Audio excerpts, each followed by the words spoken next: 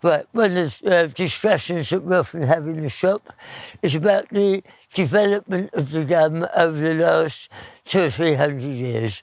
It's actually quite interesting the way it's developed, but it's actually quite logical. Originally, gums were muzzle loaders.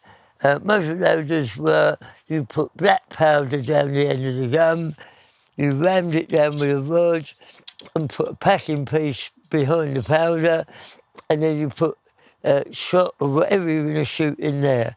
It was then ignited by flint. So flintlock is that there is a piece of flint, and what happened, they poured powder into this little recession here. That comes down like that, and then when you fire the gun, you see the spark ignites that, and ignites that in there and fires the gun. Not terribly effective because if you imagine if it was a little bit of a windy day, the powder used to get blown out of there.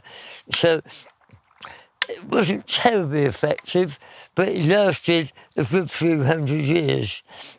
And then somebody came up with a bright idea about a different ignition system. And they came up with what they call a percussion cap. Now, instead of having the flint to ignite the powder, they invented a percussion cap. And what it was a little brass cap that went onto there, so you loaded it in the same way, you loaded it from that end, poured your black powder into it, you then put a rod on top of that, and then you put your lead shot on top of that. You then had a percussion cap on there, and when you fired it, the percussion cap went bang and fired the gun. So it was quite a step forward on making the gun much more effective to use. That's an unusual one because it's what they call grip safety. To have a hammer gun with a safety catch on is illogical anyway, but there were one or two exceptions, and they made what they call grip safety. So if you held that, to fire the gun, you had to hold that, then the gun would fire.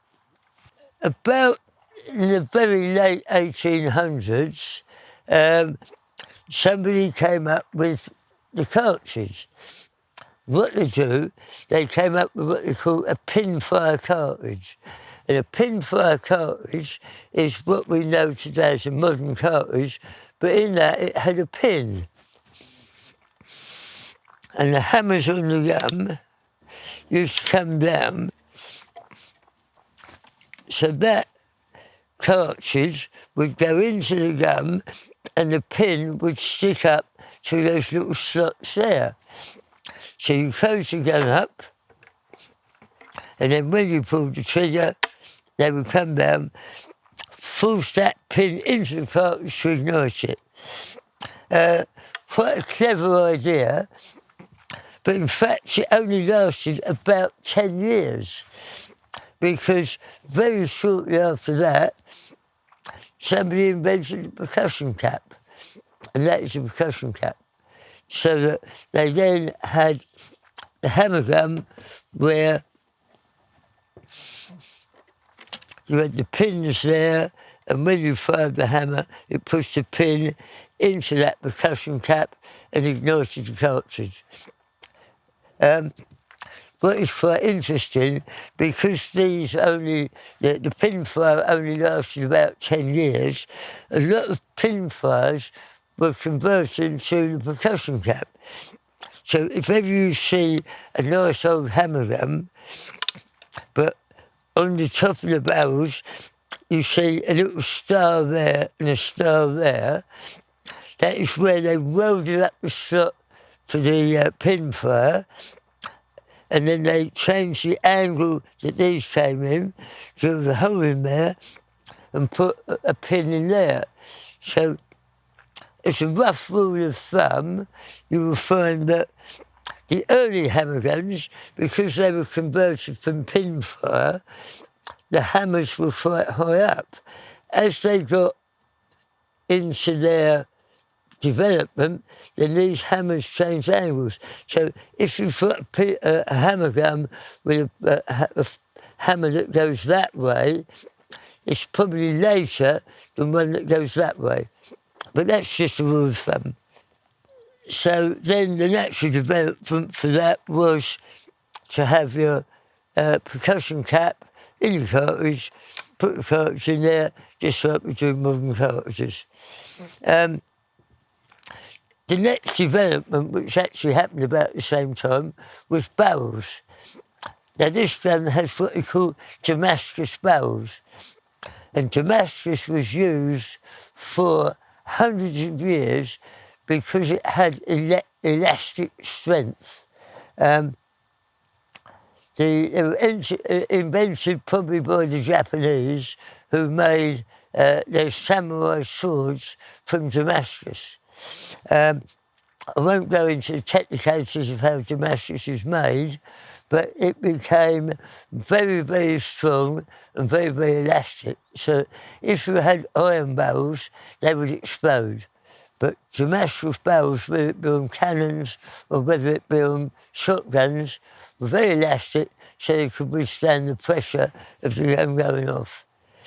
They were superseded by, again, around the turn of the century, two people. Sir Joseph Whitworth invented Sir Joseph Whitworth fluid steel, and Krupp in Germany invented fluid steel as well. So around the turn of the century, you could then do away with Damascus and use fluid steel barrels because they had the same strength and elasticity as the Damascus barrels did. From there, the next interesting one was where they went from hammers to hammerless. Now that's obviously a hammerless gun. But again, it was a fairly interesting natural progression.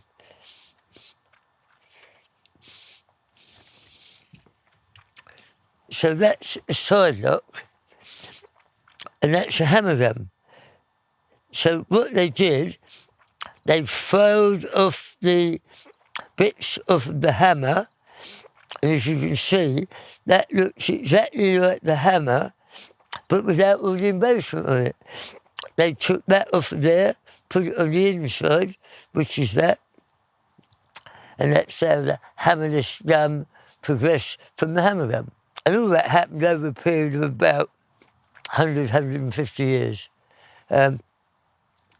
Europe, we obviously did a lot of the inventions, and particularly in England, around the turn of the century, a lot of the patents that have been registered came out. And around 1900, there were hundreds and hundreds of different patents. If anybody has any questions about hammer guns or Damascus barrels or anything like that, if they'd like to give me a ring on the shop, I'm quite happy to talk to them about it.